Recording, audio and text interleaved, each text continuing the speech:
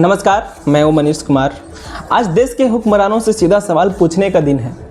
वो योजना जो 2 दशक से ग्रामीण भारत की रीढ़ की हड्डी थी, जो आपदा के समय गरीबों का आखिरी सहारा था, आज उसे इतिहास के पन्नों में दफन करने की पूरी तैयारी हो चुकी है। जी हाँ, मनरेगा का खेल ख़त्म हो चुका है। सरकार ने इस पर आखिरी कील ठोक दी है।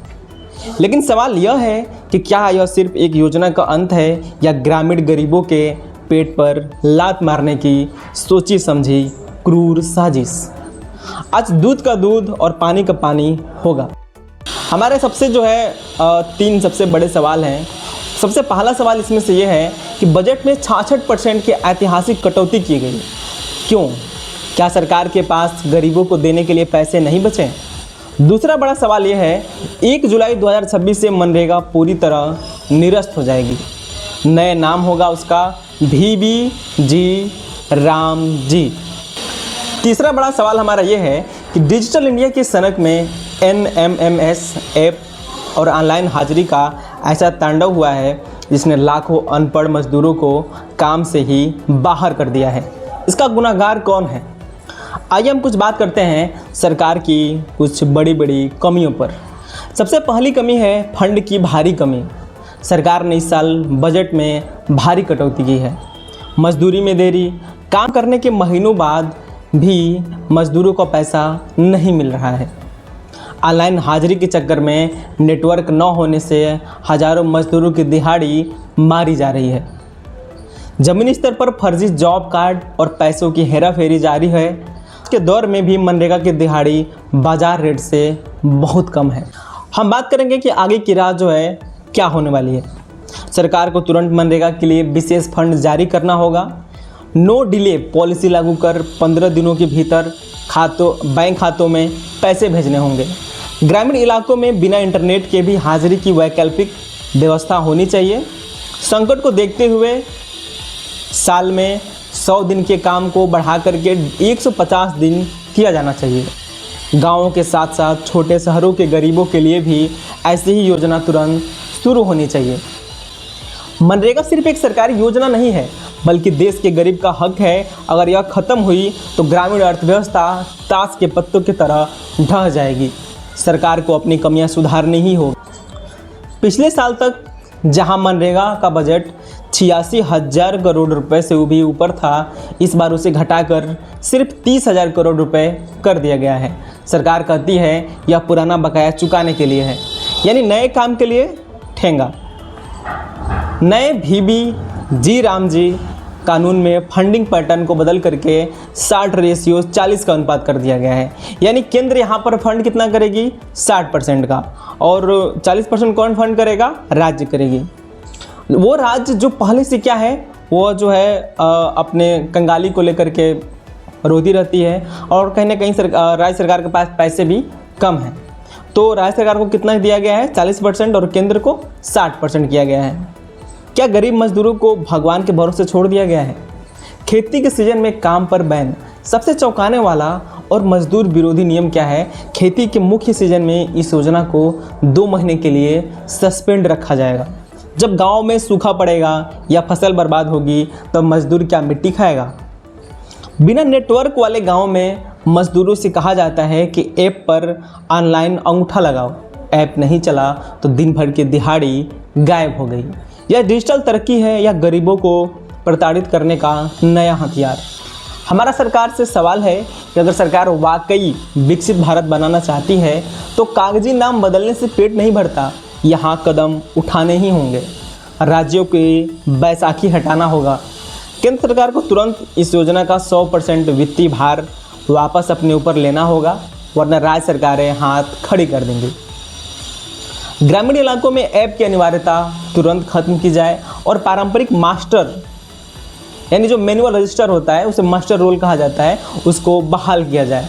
आज के दौर में 320 रुपए की दिहाड़ी ऊँट के मुंह में जीरा के जैसे है। इसे तुरंत बढ़ाकर कम से कम 500 रुपये प्रतिदिन किया जाना चाहिए। सरकार ने कागज़ पर गारंटी 100 दिन से बढ़ा करके 125 दिन तो कर दिया है, लेकिन जब तक इसके लिए 2.30 लाख करोड़ रुपए का बजट नहीं मिलेगा, यह दावा सिर्फ चुनावी जुमला बनकर रह जाएगा। सत्ता की कुर्सियों पर बैठे हाकिमों को यह याद रखना होगा कि जिस ग्रामीण भारत के दम पर सरकारें बनती और गिरती हैं, उसी ग्रामीण भारत की आत्मा पर चोट की जा रही है।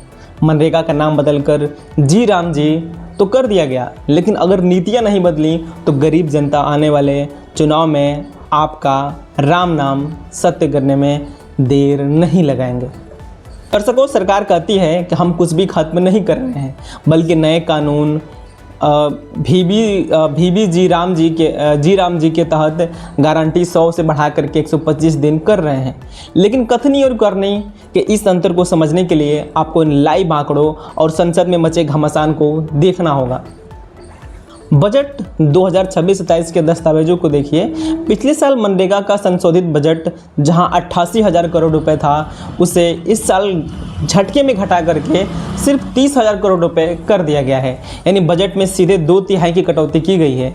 इस मामूली सी रकम से करोड़ों मजदूरों का पेट कैसे भरेगा? एक्सपर्ट और सामाजिक कार्यकर्ताओं का गणित साफ कहता है कि अगर सरकार वाकई सभी मजदूरों को 125 दिन का काम देना चाहती है तो उसे कम से कम 2.3 लाख करोड़ रुपए की जरूरत। सरकार ने नए नाम पर सिर्फ 95,692 करोड़ रुपए ही आवंटित किए हैं, यानी बजट आधा भी नहीं है। पहले मनरेगा में मजदूरी का 100% खर्च केंद्र सरकार उठाती थी। अब नए नियम में, नए कानून में इसे 60:40 कर दिया गया है। यानी अब जो केंद्र है वो सिर्फ क्या करेगी, 60% ही वित्त का पोषण करेगी और 40% किसको करना होगा, तो राज्य को करना होगा। इसका नतीजा क्या होगा कि राज्य सरकारें फंड न होने का बहाना बनाएंगी और मजदूर काम के लिए दर दर भटकेगा। आइए हम कुछ आपको विपक्ष के कुछ नेताओं की टिप्पणी सुनाते हैं। मल्लिकार्जुन खड़गे जो कांग्रेस के अध्यक्ष हैं, उनका आरोप है कि यह सिर्फ नाम बदलना नहीं है, यह देश के सबसे गरीब तबके के खिलाफ एक आर्थिक साजिश है। सरकार ने ग्रामीण अर्थव्यवस्था की रीढ़ की हड्डी तोड़ दी है।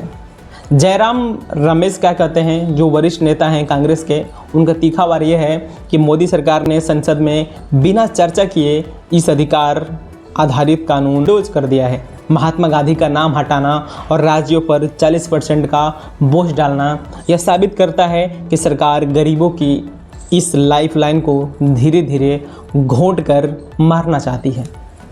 याद रखिए कि जब बजट सत्र की शुरुआत में राष्ट्रपति जी ने इस नए कानून का नाम लिया था, तब विपक्षी सांसदों ने जोरदार नारेबाजी की थी। यहाँ तक कि सदन के भीतर इस स्टैंडिंग बिल की कापियाँ तक फाड़ दी गई। आंकड़े झूठे नहीं बोलते हैं और विपक्ष के इन तीखे सवालों का जवाब फिलहाल सरकार के पास भी नहीं है।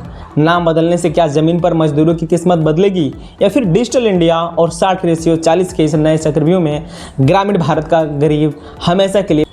तो फ्रेंड्स, तस्वीर आपके सामने है, साफ है। एक तरफ विपक्ष का दावा है कि गरीबों के पेट पर लात है, दूसरी तरफ सरकार का तर्क यह है कि सिस्टम का यह अपग्रेड है। फैसला आपको करना है कि आप क्या पुराने ढर्रे वाली मनरेगा चाहते हैं या नए नियमों वाली जी राम जी।